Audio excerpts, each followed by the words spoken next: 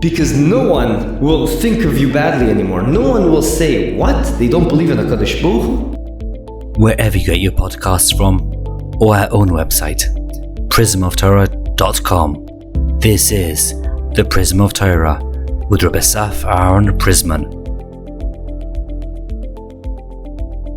Shalom Avocho. In this week's parsha, we have Matos-Masei. Specifically, I want to pick up a certain point I saw brought down by Rav Zev Leff Shlita, and I want to build and leverage off of it because I think it's a moedik, a yesod, a concept that can help us a lot in general in life, but also specifically as we are nearing the Yamim Noraim. There's a certain episode where the tribes of Gad and Reuven come up to Moshe Rabeinu and they request, please let us, as opposed to the rest of the tribes, let us dwell over here on the other side of the Jordan River. And it seemed like they were saying, we will not go in with you to conquer Eretz Yisrael, because this is a fitting place for us to dwell, because we have a lot of sheep, and over here the pasture is great, there's a lot of green over here, so please let us dwell over here. In this request, there are two main questions I want to conquer. Question number one, the way the request is done is very odd. Why? Because the request should have done the way I just summarized it. Here's our motivation. We have a lot of sheep, and over here it's a lot of green, great pasture. Please let us do over here. It makes a lot of sense. Short and to the point. Instead, the way it was being requested, if you look into the psukim, is very odd. They come up to Moshe Rabeinu and they say, listen, look at these places. Atorois, Divoin, Yazer, etc., etc. Look at these places. That's pasuk number one. That's it. Just look at these places. The next pasuk goes on to say, because it seemed like Moshe Rabeinu didn't respond to that. Then he says, then they continue to tell Moshe Rabeinu, this is the land over here, all these cities that we conquered already. It's actually an amazing place for pasture, for sheep.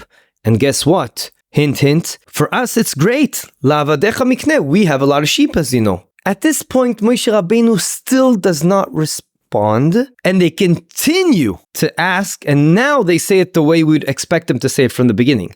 However, right at this point, and this is question number two, there's a big samech. That samech represents a parasha stuma, which means it's as if there's an end of a topic right now, an end of a parsha, when we start a new parsha. But that's not really true. That's question number two. Why do we have a samech over here? Between pasuk Dalet and pasuk Hey, in Perek Lamed Beis, we have a samech. Why is that? Because look at the next pasuk. Now they say to Moshe Rabbeinu, listen, if you find favor, if we are favorable in your eyes, please give us this land over here on the other side of the Jordan River, because it's perfect for us. And we don't need to cross the Jordan River. We'll stay over here as opposed to ever on the other side of the Jordan River. This finally gets a response from Moshe Rabeinu. The question is, again, two questions. Why in smack in the middle of this dialogue is there's a parasha stuma, as if it's two different parshias going over here, two different topics? That's the second question we mentioned. The first question is, why didn't they just ask him straight? What's going on over here? And Rav Zev Leff wants to suggest that perhaps the idea over here is we can see the concept within the way Moshe Rabeinu responds to them. Moshe Rabeinu response to them is, there is no way you can just stay over here and everyone will go fight and conquer the land of Israel. This makes no sense. Instead, in fact, it's going to be way worse than that, because everyone is going to say to you and look at you and understand, wow, you are falling in the same pitfall as your parents did, as the other people did in Chet HaMeraglim. You are now not saying, but that's what's screaming out of your lack of actions. We don't think we're going to be able to conquer the land of Israel, even though, despite the fact that HaKadosh Baruch Hu promised us that we will. This looks really bad, and you have to be clean. Vehiyusaim nekiyeim. This is where Chazal learned the concept, and that's the main nakuda over here. Be careful, you are being watched. You cannot just do, even if you have the right intentions, you have to make sure. And it's your responsibility to ensure that every action you do is interpreted by others as a positive action. Or else there's going to be ripple effect to your actions and you don't know how you can negatively affect others. And therefore, to that, they responded back, whoa, of course we are going to go into the battlefield and conquer the land of Israel because we believe HaKadosh Baruch Hu, we know we're going to conquer it. All we meant to say is that after we conquer it, we'll go back. And we want to dwell over there on the other side of the Jordan River. In fact, to prove our point, they tell Moshe Rabeinu, and they suggested it themselves, we will be the first troops going in. Chalutzim! We will be the first troops going into war. To that, Moshe Rabeinu responds, If you will be the first troops, then that's geschmack. Everything is fine. Because no one will think of you badly anymore. No one will say, what? They don't believe in HaKadosh Baruch Hu? Then it's a fair game. Then everything is great. And that actually answers both our questions. Why is that? Because first of all, they also realized this concept, vehiyusaim nekiyeim. You have to be clean in the eyes of Hashem, but not only in the eyes of Hashem, also in the eyes of your fellow Jew. You have to make sure that everything you do in life will also be interpreted by others as a positive thing and not a negative thing. Even though be'etzem, it is good, but it can be interpreted in a bad way, then it's your responsibility, it's your shulchan aruch to ensure that you do it in the best way that will be interpreted by others as positive as well. And hence, they didn't want the request to be on the other side of the Jordan River coming from them, because it still wouldn't look good. And hence they tried to hint to Moshe Rabeinu, look at this land over here, all these cities. Can you figure it out on your own? Don't you think it's perfect for us? So why don't you cough up and ask us and suggest to us, wow, you know what, this is a great place for you. Moshe Rabeinu didn't respond. Then they gave him another hint. Listen, we have a lot of sheep, and over here is really green, a great pasture place. They expected now Moshe Rabeinu to at least say, you know what, you're right, this is a great place for you. I'm suggesting that you should be dwelling in this place. Still Moshe Rabeinu didn't say anything. Now we have a parasha stuma, we end the topic. Why? Because Moshe Rabeinu chapped what they were trying to do. And Moshe Rabeinu said, oh no, you're not getting it from me. Once they realized they're not getting it, this suggestion is not going to come from Moshe Rabeinu, because Moshe Rabeinu held, even if the suggestion is coming from me, it's going to look really bad by others. And you have a responsibility to vehiyusaim nekiyeim. And therefore, this is not good. They realized that, so they started again. They pressed the clear button, a new parsha, let's start again. And then they said it straight out. And then Moshe Rabeinu said straight out, you cannot do this. You're going to still look bad. And then they came with an amazing idea. We'll prove to everyone we are doing it for pure reasons, not for bad reasons. We believe in HaKadosh Baruch Hu and what He promised us, the land of Israel, and we're going to be going as the first troops. To that Moshe Rabeinu said, oh, that's going to be amazing, because you're going to clean everything. Everyone's going to realize that everything's fine, everything's legit, because you are going to be the first fighters in the front lines. That means you really trust the HaKadosh Baruch Hu, and no one is going to misinterpret what you're saying. Ad kedei kach, Chazal learned from this, and we see many examples of this in the Gemaras and Chazals. Vehiyusaim nekiyeim, also in the eyes of HaKadosh Baruch Hu, we're going to look like we're clean and we're pure and we're doing the right thing, but not only to HaKadosh Baruch Hu knows.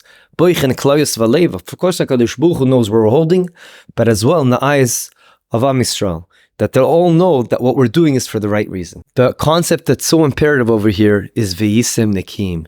Anything we do has a ripple effect. Be careful, you are being watched no matter what you do. And hence, we have to do our best that any action we do should not only, even if it's a good action and our intentions are great, but if it can be misinterpreted by someone, that's a horrible thing. And it is our responsibility to do everything in the best way that will not be misinterpreted by anyone. A similar idea we see by the Maharal Diskin. He explains that the idea we spoke about a couple of weeks ago about ladun kaf zchut, that on the one hand, we are responsible to judge our fellow Jew favorably. And that's very important. So you would think, why is that very important?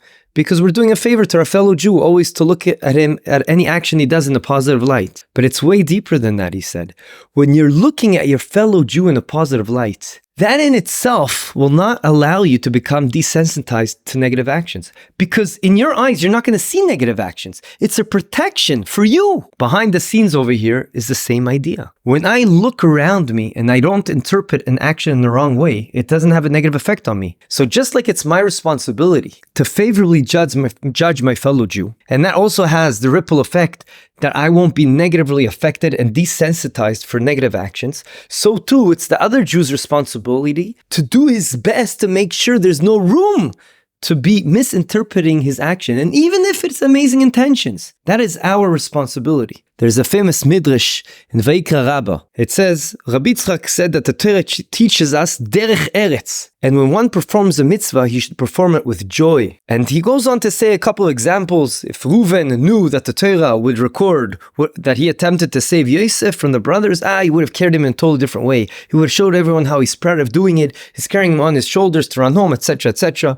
And he gives some other examples of this. Perhaps from here, Rabbi Yitzchak in this midrash is teaching us that you should know when you're doing something for yourself, or between you and HaKadosh Baruch Hu, it's important. Of course it's important. You should do it in the best way. But when you also do it in a way that someone else can learn from it, which usually that is what's happening, whether you like it or not. When you're doing something, it's not behind closed doors. Other people can look at you and it can affect them. Then you have to put that extra effort to do it in the best way possible. Because it's, you know your intentions in your heart, but others, aside from HaKadosh Baruch Hu, they cannot read your heart.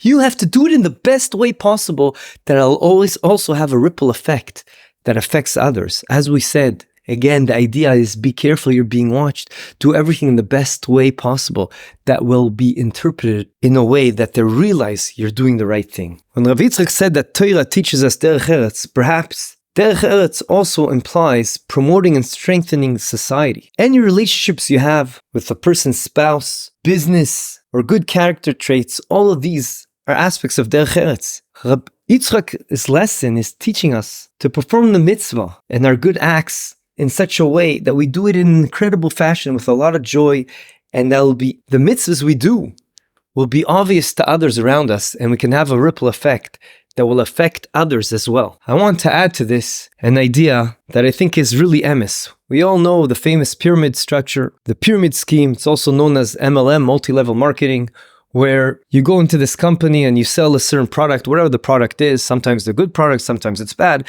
But at the end of the day, anyone that you bring into the company to consume the products, also to sell them, and they manage to sell or to sell a certain product, then you get a dividend of that. You get a percentage of that. That means that anyone under you that came through you, even if it's to the nth degree, one level down, lower, or 2 or 3, it doesn't matter. You get a percentage of that. And of course, if you have a big pyramid under you, then you're making a lot of money because you're getting percentages from a lot of people. And even though the percentages go down as you reach another deeper layer into the pyramid, but at the end of the day, there's big numbers over here. I really think that this is the same way the Eibishter works when it comes to giving us reward. When you do a certain maaseh, and other people are looking at you and get positively affected by you, then you have a percentage in their good deed. And if they bring it on to the next generation, then you have that effect as well. And even if they don't give it to their children, but they changed in a positive way because they saw the way you davened, and then they started to daven in such a way, or they started to learn in such a way, and others were affected by them, you have a percentage in that. And perhaps we know that the Bali Musar tell us then when a person goes up to Shamayim, then he's not really recognizing so much, this is me? I didn't do these sins. I didn't do these mitzvahs. What's going on over here? So the Chafetz Chaim, we know, the Chovos Levavos tells us that when you speak Lashon Hara, then there's a switch. Your mitzvahs go to someone else and his averas come to you. But that's not what I'm coming to say. I'm coming to say something else. You're not going to recognize certain mitzvahs you have, or chas v'shalom, certain averas that are associated to you, because you're going to say, I know for a fact I did not do these. And they're going to tell you up in Shamayim, we know you didn't do it.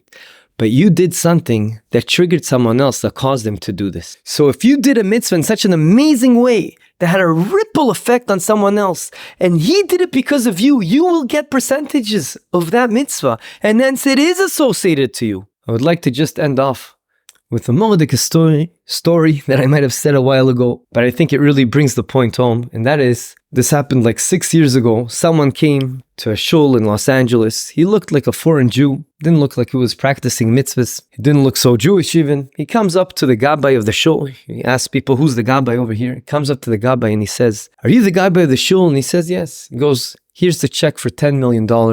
I would like to support the shul. This is what I want to donate to the shul. The gabbai was shocked. He usually has to work so hard and sweat so much just to get $100. And here is getting him $10 million check on the spot. My high.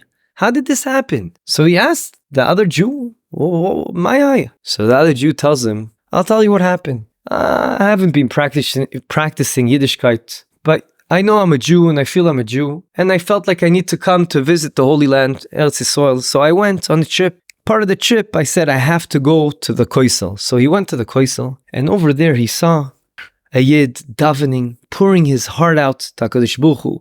He saw how much he was connected to the davening, and he was really impressed by the davening. He didn't even want to, Ad Kadei Kach he was impressed. He didn't want to bother the person. So he went to some other Yid, and he asked him, tell me, what kind of Yid is he? Part of what stream is he? What is he? Conservative, Reform, Orthodox? What kind of Jew is he? So he said, oh, he's definitely Orthodox. He said, okay. And he made it conscious decision right then and there that the closest shul that's Orthodox in his proximity where he lives in Los Angeles, he will give this $10 million check. And that's what happened. You see that this Yid that was davening in the Koisel, and he had no idea someone was even looking at him. He didn't even care if someone was looking at him.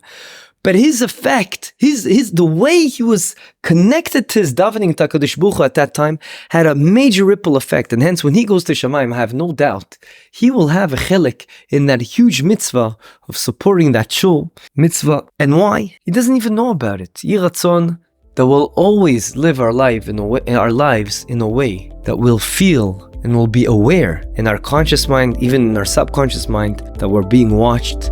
And we can use every moment that we have, not only to enlighten our connection with HaKadosh Baruch Hu, but also to have a ripple effect and impact others in a positive fashion. Have a Geshmak Shabbos. Thank you for joining us. This is the Prism of Torah.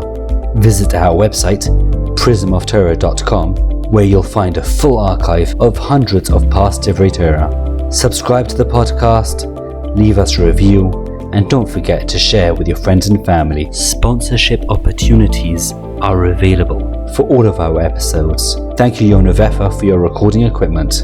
Produced by Eli Podcast Productions.